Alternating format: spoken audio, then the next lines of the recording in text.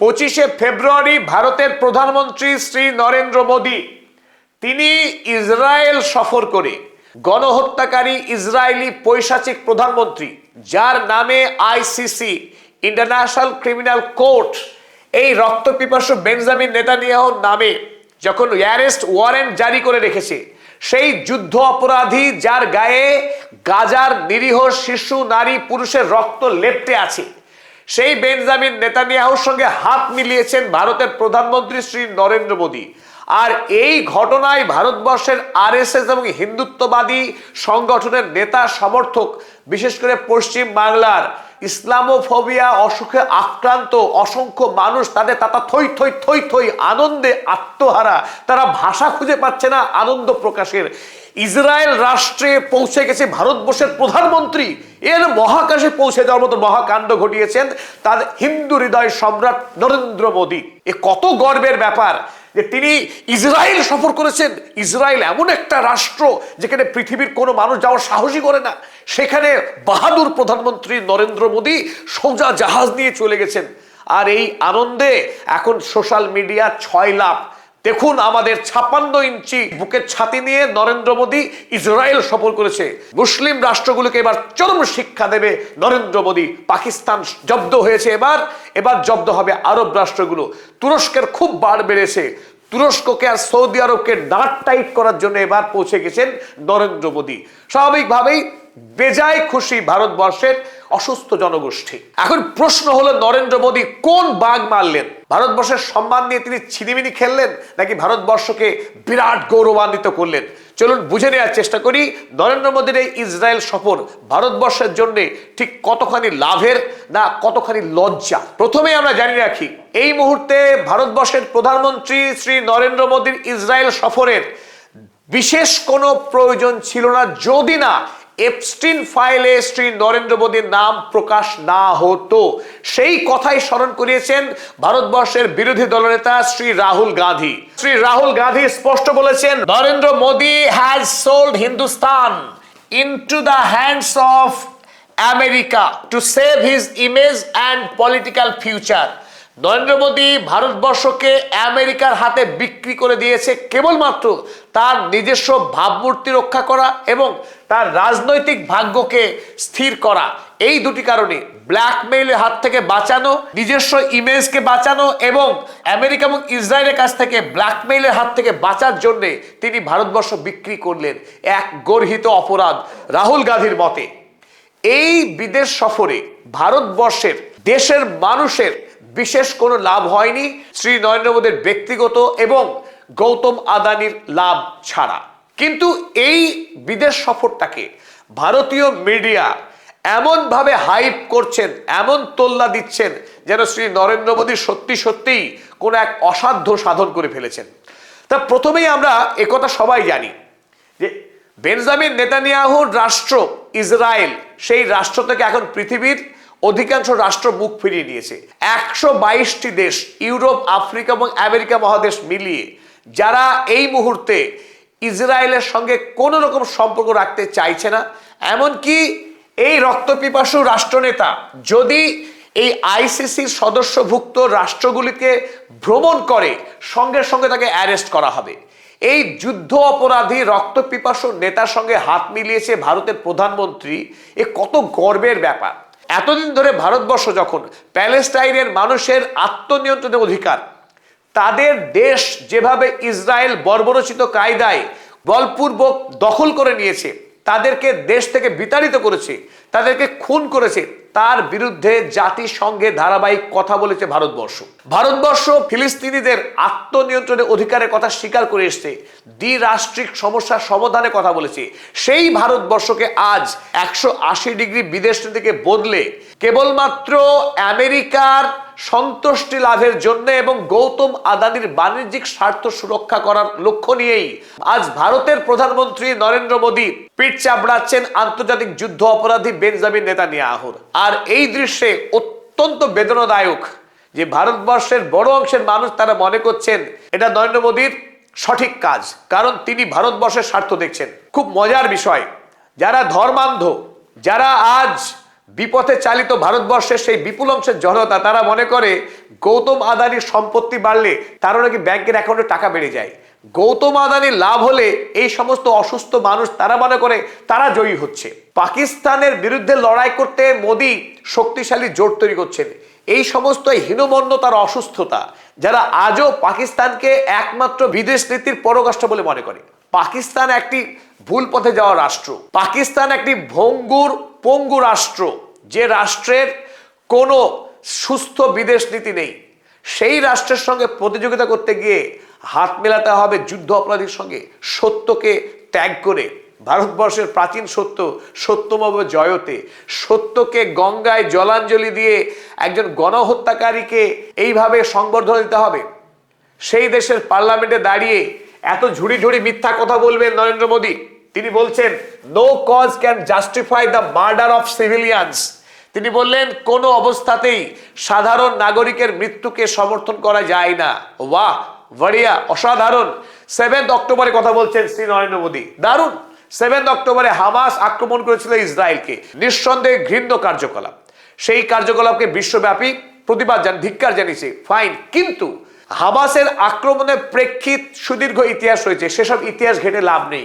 কিন্তু পরবর্তীকালে ইসরায়েল রাষ্ট্রীয়ভাবে যে গণহত্যা চালিয়ে 70,000 মানুষকে খুন করলো, এখনো গাজা ভূমিকে ধূলিসাৎ করে দিয়ে যে ধ্বংসকাণ্ড চালাচ্ছে, আজও প্রতিদিন খুন হচ্ছে গাজায় যে নিরীহ মানুষ, তাদের খাবার নেই, বাড়ি নেই, কোনো ভবিষ্যৎ নেই। 20,000 শিশুকে খুন করলো এই বর্বর ইসরায়েল রাষ্ট্র। সেই সমস্ত মানুষের প্রাণের দাম নেই। বাহ নরেন্দ্র মোদী, সাহস হয়েছে আপনার একটি কথা বলার। গুজরাট দাঙ্গার সময় আপনি মুখ্যমন্ত্রী ছিলেন, আপনার রাজ্যে অসংখ্য মুসলমান খুন হয়েছে, আপনি মুখ্যমন্ত্রী রাজধর্ম পালন করতে পারেননি। ভারতবর্ষের তৎকালীন প্রধানমন্ত্রী অটল বিহারী বাজপেয়ী আপনাকে ধমক দিয়েছিল, দেশবাসী ভোলেনি। তাই আপনার কাছ থেকে খুব বেশি ভালো কাজ পৃথিবী আশা করে না, এটাই স্বাভাবিক। কিন্তু আজকে মুসলমান খুন করছে বেঞ্জামিন নেতানিয়াহু, তার সঙ্গে বন্ধুত্ব করতে হবে ভারতবর্ষ রাষ্ট্রকে। তাহলে কি ভারতবর্ষের মুসলিম জনগণকে ভয় দেখানো যাবে আমরা কত বীর হয়েছি? জায়নবাদ আর আরএসএস একই মতবাদ, আমাদের একই আদর্শ, তাই আদর্শগত ঐক্য আছে, সুতরাং আমরা জিন্দাবাদ দিতে হবে। ভারতবর্ষের মধ্যে একটি দেশকে ভাঙার ষড়যন্ত্র করার যে ঘৃণ্য রাজনৈতিক বিশ্বাস যারা মনে রাখেন ভারতবর্ষে বাস করে, তার রাষ্ট্রবিজ্ঞানে তাদের এবিসি জ্ঞানটুকুও নেই। তারা কল্পনা করেন আজও যে এই ভারতবর্ষ থেকে একটা আস্ত সম্প্রদায়ের মানুষকে তারা উড়িয়ে দেবে, ফুরিয়ে দেবে, আর তারপর তারা স্বর্গরাজ্যে বাস করবে, রাম রাজ্যে বাস করবে। এই ধরনের বাতুলতা, এই ধরনের বালখিল্যতা নিয়ে যারা বড় হয়েছে, লেখাপড়া করেছে, এমনকি চাকরিও করে, মাস্টারি টাস্টারি, সেই সমস্ত মূর্খ গণ্ড লোকেদের আমরা ঘৃণ্য, তাদের আমরা ধিক্কার জানাই। সেই সমস্ত অসুস্থ মানুষদেরকে তারা সুস্থ হয়ে উঠুন, সেই প্রত্যাশা করি আমরা। শ্রী নরেন্দ্র মোদীর জন্মই হয়েছে এমন এক দিনে, কি গর্ব করে তিনি বললেন ইসরায়েলের পার্লামেন্টে দাঁড়িয়ে, I was born on the same day that India formally recognized Israel. তিনি ভারতবর্ষের ভোট প্রচার করার সময় তিনি কখনো ওড়িশায় গিয়ে বলেছেন ওড়িশাকে আমি 1 নম্বর রাজ্য বানাতে চাই ভারতবর্ষের। কেরালাতে গিয়ে তিনি একই দাবি করেছেন, বলেছেন কেরালাকে তিনি ভারতবর্ষের 1 নম্বর রাজ্য বানাতে চান। বাংলাতে এসেও তিনি একই কথা বলেছেন, পশ্চিম বাংলাকে তিনি ভারতবর্ষের 1 নম্বর রাজ্য বানাবেন। তাই নরেন্দ্র মোদী এটা স্বভাব ভঙ্গিমা যে তিনি যখন ইসরায়েলে গেলেন, ইসরায়েলে গিয়েও বললেন তিনি সেই দিনই জন্মেছেন যেদিন ভারতবর্ষ ইসরায়েল রাষ্ট্রকে স্বীকৃতি জানিয়েছিল। অর্থাৎ তিনি আর ইসরায়েল একাকার, অভিন্ন। আসলে তিনি বলতে চেয়েছেন ভারতবর্ষের আরএসএস এর মতাদর্শ এবং জায়নবাদীদের মতাদর্শ, দুজনের মতাদর্শই এক, অর্থাৎ উগ্র মুসলিম বিদ্বেষ, মুসলিম বিদ্বেষের চশমা পরে পৃথিবীকে দেখা। তাই জায়নবাদ এবং এই আরএসএস পৃথিবীর জন্য একটা বিপদ, একটা হুমকি। মানব জাতির পক্ষে এই দুই ঘৃণ্য মতাদর্শ অত্যন্ত বিপজ্জনক, অত্যন্ত হুমকি স্বরূপ, যার প্রমাণ ইতিমধ্যেই পাওয়া গেছে গাজা ভূমিতে। যারা মনে করছেন ইসরায়েলের সঙ্গে ভারতবর্ষের বন্ধুত্ব ভারতবর্ষের সমৃদ্ধির কারণ হবে, সেই সমস্ত অন্ধভক্তদের চলুন একটা সত্য দেখাই। আপনারা শুনেছেন ইতিমধ্যেই এই ওয়ার ক্রিমিনাল বেঞ্জামিন নেতানিয়াহু তিনি 6টি রাষ্ট্র নিয়ে একটা জোট করার কথা বলেছেন, হেক্সাগন অ্যালায়েন্স। যে অ্যালায়েন্সের কাজ কি হবে? কাজ হবে যারা anti Shia and radical anti Sunni hexagon alliance, যে অ্যালায়েন্সের সদস্য হবে ভারতবর্ষ, গ্রিস, সাইপ্রাস, আফ্রিকার একটি রাষ্ট্র এবং মধ্যপ্রাচ্যের একটি রাষ্ট্র বলে ঘোষণা করেছে বেঞ্জামিন নেতানিয়াহু। এই রাষ্ট্র অর্থাৎ সরাসরি পরিষ্কার ইরান, সৌদি আরব, তুরস্কের মতো রাষ্ট্রগুলোর বিরুদ্ধে লড়াই করবার জন্য প্রস্তুত হচ্ছেন বেঞ্জামিন নেতানিয়াহু। আর সেই বেঞ্জামিন নেতানিয়াহুর পাতা ফাঁদে পা দিচ্ছেন ভারতবর্ষের প্রধানমন্ত্রী নরেন্দ্র মোদী। কিন্তু এখানেই মূল কথা জানা উচিত যে ভারতবর্ষের ভাগ্য লুকিয়ে আছে মধ্যপ্রাচ্যে। মধ্যপ্রাচ্য ছাড়া, সৌদি আরব ছাড়া, ইউএই ছাড়া, কাতার ছাড়া ভারতবর্ষের ভবিষ্যৎ অন্ধকার। কেন? শুধুই কি জ্বালানি, খনিজ তেলের একমাত্র সাপ্লায়ার সৌদি আরব। এখনো পর্যন্ত রাশিয়ায় তেল কেনার সাহস ভারতের নেই, নরেন্দ্র মোদীর নেই, সে কথা আমরা সকলেই জানি। আমেরিকা যুক্তরাষ্ট্র না চাইলে ভারতবর্ষ কোনোভাবেই রাশিয়ার কাছ থেকে তেল কেনার হিম্মত নেই। তাহলে তেল কিনবে কোত্থেকে? সৌদি আরবের কাছ থেকে। আর সেই সৌদি আরব তেলের কথা বাদই দিলাম, না হয় অন্য কোনো জাদু দিয়ে বেঞ্জামিন নেতানিয়াহু নিয়ে আসবেন, কোথাও থেকে ভারতকে দিয়ে দেবেন বন্ধুত্বের খাতিরে, ফাইন, বিশ্বাস করে নিলাম। কিন্তু সৌদি আরবে, কাতারে, ইউএইতে ভারতবর্ষে যে 90 লক্ষ মানুষ কাজ করে খায়, পেটের ভাত যে দেশে কাজ করে হয়, সেই আরব থেকে যদি লাথি খেয়ে ভারতীয়রা বিতাড়িত হন, তাহলে কি হবে? যে 90 লাখ মানুষ এই আরব দেশ থেকে 4,17,843.9 কোটি 2024 সালেই এই বিপুল অঙ্কের টাকা ভারতবর্ষে এসছে আরব থেকে। ভারতবর্ষের যে মানুষেরা কাজ করেন আরব দেশে, তারা কারা? সবাই তারা মুসলিম। আপনি ভাবের ঘরে চুরি করছেন। আরব দুনিয়ায় যারা কাজ করেন তাদের 80% মানুষই হিন্দু সম্প্রদায়ের মানুষ, তারা কাজ করে খায় আরব দেশে। যখন ভারতবর্ষ ফাঁদে পা দিচ্ছে বেঞ্জামিন নেতানিয়াহুর, অর্থাৎ যখন অ্যান্টি শিয়া, অ্যান্টি সুন্নি অ্যালায়েন্সের সদস্যপদ নিচ্ছেন, যার কথা এখনো অস্বীকার করেননি নরেন্দ্র মোদী, যদি সৌদি আরবের বিরুদ্ধে, কাতারের বিরুদ্ধে অ্যালায়েন্সে ভারত মেম্বারশিপ গ্রহণ করে, ভারতবর্ষের মানুষকে নিশ্চয়ই সৌদি আরব স্বাগত জানাবে না, নিশ্চয়ই ভারতবর্ষের পাসপোর্ট আরব দেশ থেকে ব্যান হবে। এবং আরো গুরুত্বপূর্ণ দেখুন, ভারতবর্ষের সঙ্গে মধ্যপ্রাচ্যে যে বাণিজ্য, বাৎসরিক বাণিজ্যের পরিমাণ 17 লক্ষ কোটি টাকা। 17 লক্ষ কোটি টাকার বাণিজ্য হয় মধ্যপ্রাচ্যের দেশগুলির সঙ্গে। আমেরিকা যুক্তরাষ্ট্রের পর ভারতবর্ষের বৃহত্তম বিজনেস পার্টনার সৌদি আরব। এই মধ্যপ্রাচ্যের দেশগুলো, সেখানে ভারতবর্ষের যে সমস্ত অসুস্থ মানুষ, তারা খুবই জয়গান দিচ্ছেন যে ইসলামকে ধ্বংস করতে হবে, ইসলামের বিরুদ্ধে জেহাদ করতে হবে, মুসলমানরাই ভারতবর্ষের একমাত্র শত্রু। তাদের জন্য এই চ্যাপ্টারটা খুব জরুরি। ভারতবর্ষের রাজনীতিতে জিততে গিয়ে কেবলমাত্র ভোটে জেতার মাদকতা নিয়ে দেশের মধ্যে ঘৃণা ছড়িয়ে দেশটাকে ধ্বংস করার যে বিদেশ নীতি, এই বিদেশ নীতি ভারতবর্ষের জন্য সর্বনাশা। আর আরব রাষ্ট্রগুলি নরেন্দ্র মোদীর এই ইসরায়েল সফরকে যে ভালোভাবে দেখছে না, তার প্রমাণ এই ইরানের বিদেশমন্ত্রী আব্বাস আরাগচি, তিনি স্পষ্ট জানিয়েছেন ইট ইজ আনফরচুনেট। অর্থাৎ নরেন্দ্র মোদীর ইসরায়েল সফর এবং যুদ্ধ অপরাধী বেঞ্জামিন নেতানিয়াহুর সঙ্গে এই গলাগলি, এটা মোটেই ভালো চোখে দেখছে না ইরান। এবং আগামী দিনে এই ইরান, সৌদি আরব, তুরস্ক, কাতার মিলে ঐক্যবদ্ধভাবে ভারতবর্ষকে বয়কট করার সম্ভাবনা অত্যন্ত প্রবল।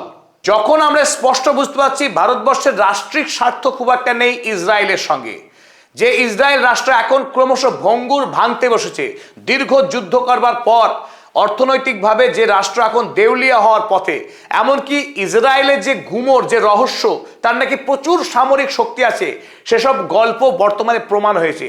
হামাসের ছোড়া সামান্য রকেট প্রতিরোধ করতে পারেনি ইসরায়েল।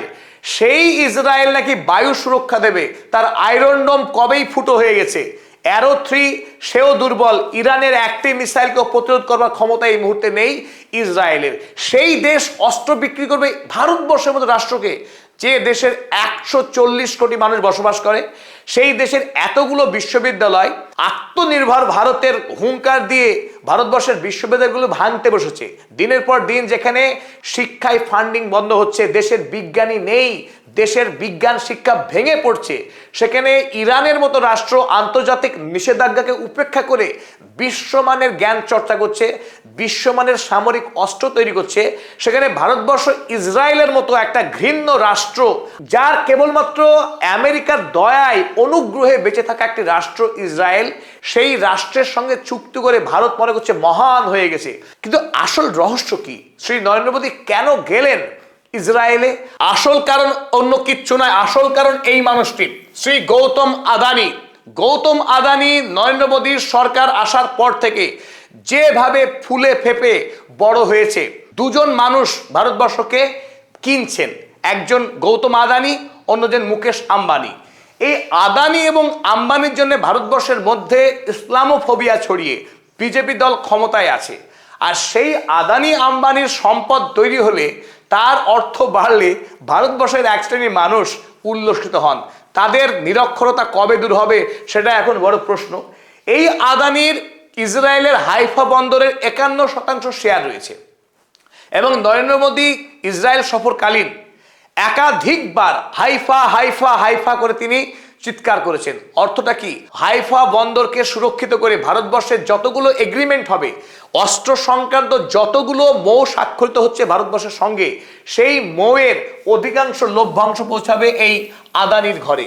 তাই আদানির বাণিজ্য ভবিষ্যৎকে সুরক্ষিত করবার জন্যে এবং নিজেকে এপস্টিন ফাইলের বিপদ থেকে বাঁচাবার জন্য নরেন্দ্র মোদী ইসরায়েল সফর করলেন। এখানে অন্য কোনো কারণ নেই। আর অবশ্যই দ্বিতীয় কারণ এই যে ভারতবর্ষে মুসলিম বিদ্বেষী হাওয়া তৈরি করে ভারতীয় হিন্দু ভোটগুলোকে পোলারাইজ করা, আর যার মাধ্যমে আগামী দিনে আরো একবার প্রধানমন্ত্রী হওয়ার স্বপ্ন দেখছেন শ্রী নরেন্দ্র মোদী, সেই স্বপ্নকে সামনে রেখেই এই বিদেশ যাত্রা। কিন্তু ভারতবর্ষের অর্থনৈতিক, শিক্ষা এবং বিজ্ঞানের, প্রযুক্তির কোনো দিশা নেই এই বিদেশ নীতিতে। এই বিদেশ নীতি সম্পূর্ণ উদ্ভ্রান্ত, কেবলমাত্র মুসলিম বিদ্বেষ এবং মুসলিমের প্রতি ঘৃণা ছড়াতেই সেই অস্ত্রকে ব্যবহার করবার জন্য আরো একবার যারা অন্ধভক্ত, গদি মিডিয়া দেখতে অভ্যস্ত, তাদেরকে আরো একবার বোকা বানালেন শ্রী নরেন্দ্র মোদী।